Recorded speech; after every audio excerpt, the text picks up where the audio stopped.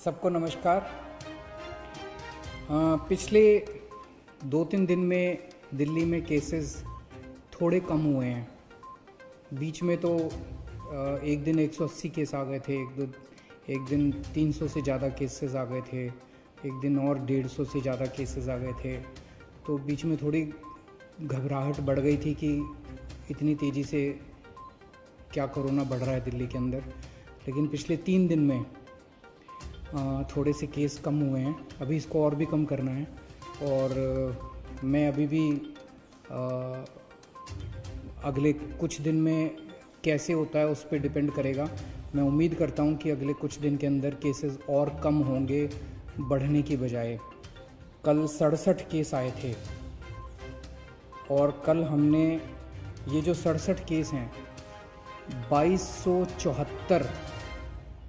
2274 sample की testing में 67 case आए थे। तो इसका मतलब बहुत तेज़ी से अभी नहीं बढ़ने लगा है।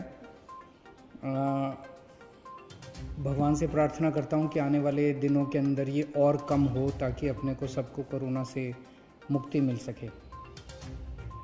एक मेरी आप लोगों से अपील है, कंटेनमेंट जोन्स जो हैं, जो हमने लॉक कर दिए हैं, सील कर दिए हैं, जो 71 हो गए हैं आज दिल्ली के अंदर।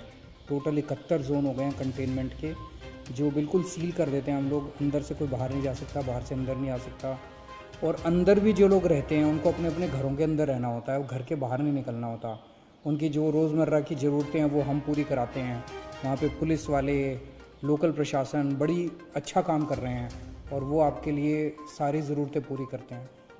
लेकिन मेरी आप लोगों से विनती है कि कंटेनमेंट जोन्स में बाहर से अंदर और अंदर से बाहर तो हम रोक रहे हैं, लेकिन अंदर लोग सारी कोशिशों के बावजूद कुछ कंटेनमेंट जोन्स के अंदर लोग फिर भी गली में निकल जाते हैं, एक दूसरे के घर चले जाते हैं।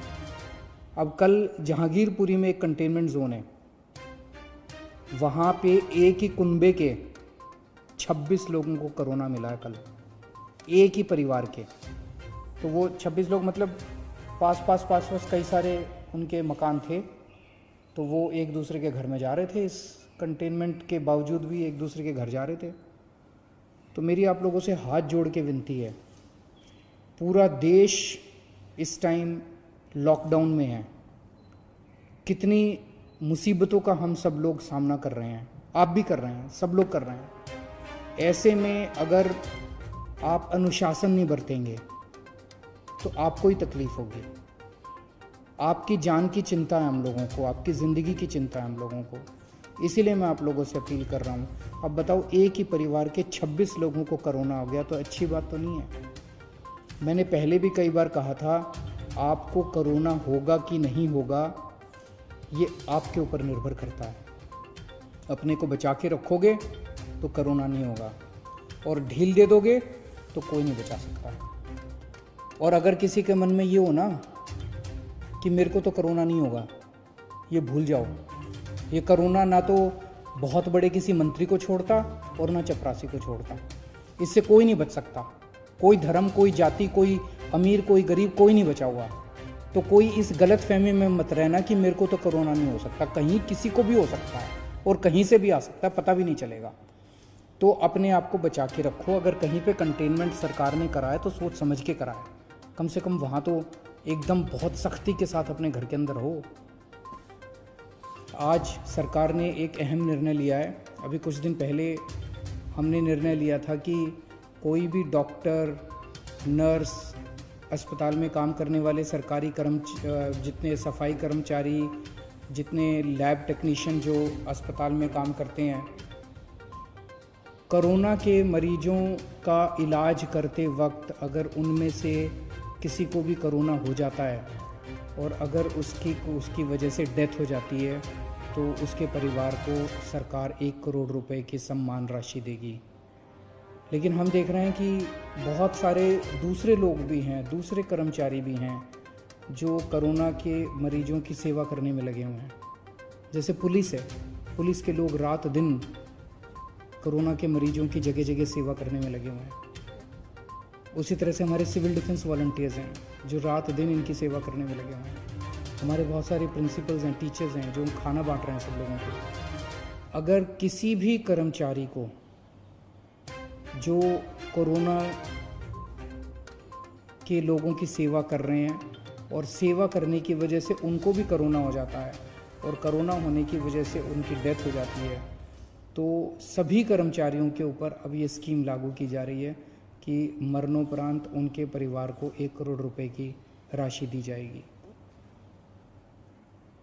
आज एक ऑटो ड्राइवर का फ़ोन आया, बहुत भाव विभोर हो रहा था, गला उसका बिल्कुल भरा हुआ था।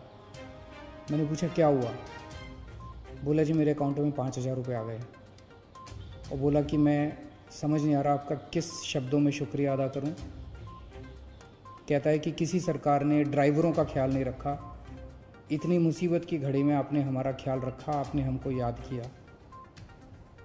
मैं किसी पे एहसान नहीं कर रहा, ये पैसा मेरा नहीं है, ये आप ही का पैसा है, आप ही के काम आना चाहिए और मेरा ये फ़र्ज़ बनता है जो कुछ मैं कर रहा हूँ।